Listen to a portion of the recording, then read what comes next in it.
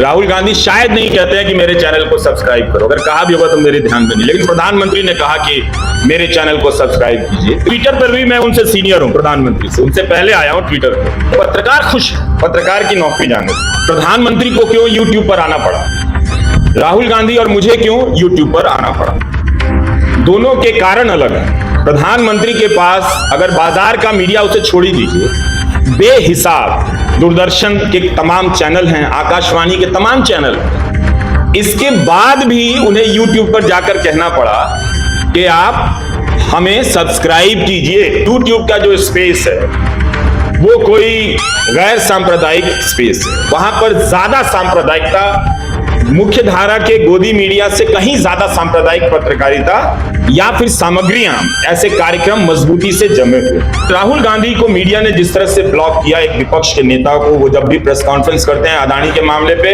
तो वो तो कभी दिखाया नहीं जाता। सत्यपाल मलिक का इंटरव्यू जब राहुल गांधी कर रहे थे तो मुझे अच्छा नहीं लगा। अच्छा अपने लिए नहीं कि भारत की पत्रकारिता विशाल में हो गई कि विपक्ष के नेता को पत्रकार बनना पड़ा।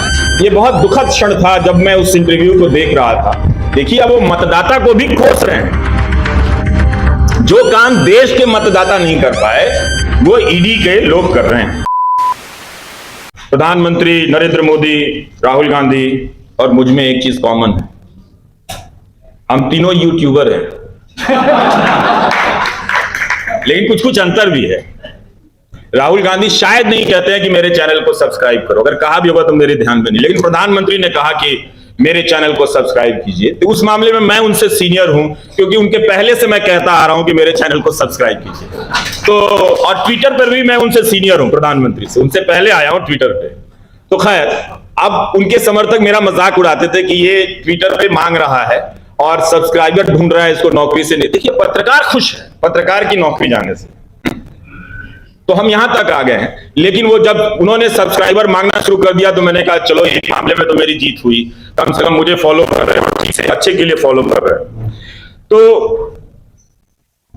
यह है कि आपको समझना चाहिए कि प्रधानमंत्री को क्यों यूट्यूब पर आना पड़ा, राहुल गांधी और मुझे क्यों यूट्यूब पर आना पड़ा, दोनों के कारण अलग है।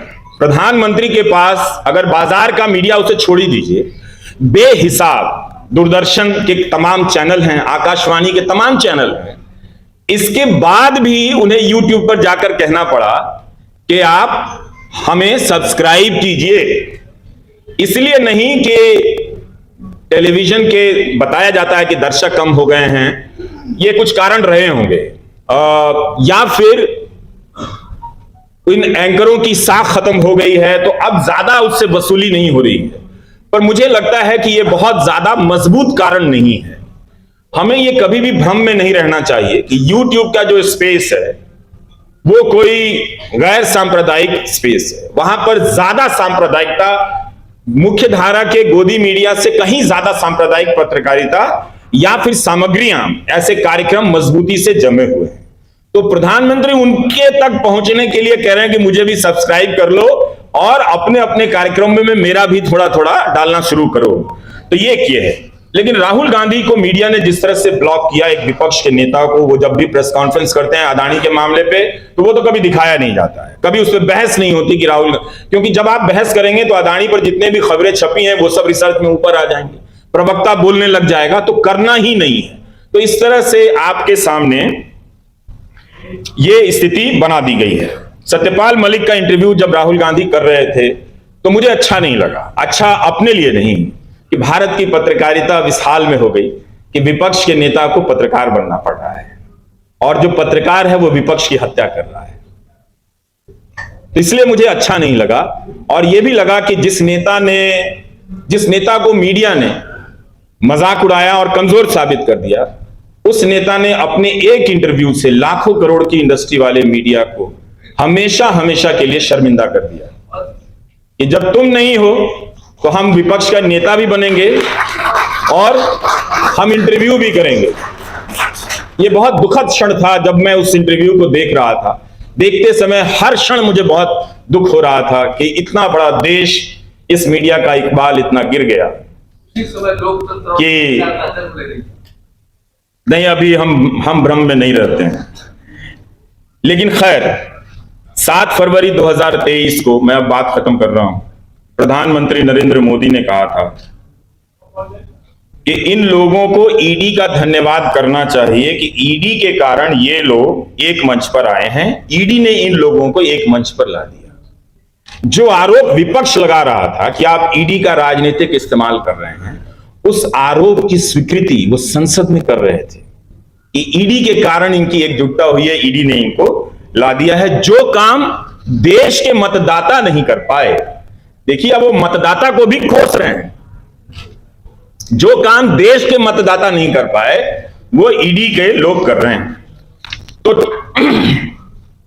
ये एक सवाल था। और इसी साल फरवरी में प्रधानमंत्री ने कहा कि मोदी पे भरोसा, ये देखिए जिनके पास गोदी मीडिया का निरंतर सुरक्षा चक्र है, वो कह रहे हैं कि मोदी पे भरोसा अखबार की सुर्खियों से पैदा नहीं हुआ है, मोदी पे भरोसा टीवी पर चमकते चेहरों से नहीं हुआ है। जिन्होंने कितनी खिदमत की उनके बारे में वो कह रहे हैं कि मोदी पे भरोसा अखबार की सुर्खियों से पैदा नहीं हुआ, मोदी पे भरोसा टीवी पर चमकते चेहरों से नहीं हुआ, जीवन खपा दिया है, पल पल खपा दिए।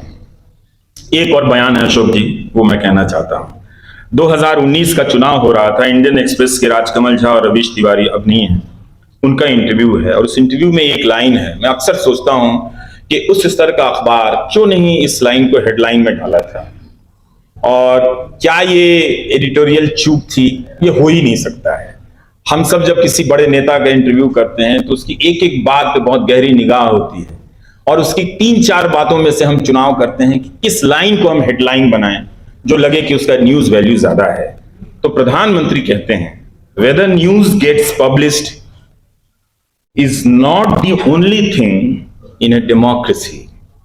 समाचार प्रकाशित होता है या नहीं, लोकतंत्र में यही एकमात्र चीज नहीं है। नमस्कार।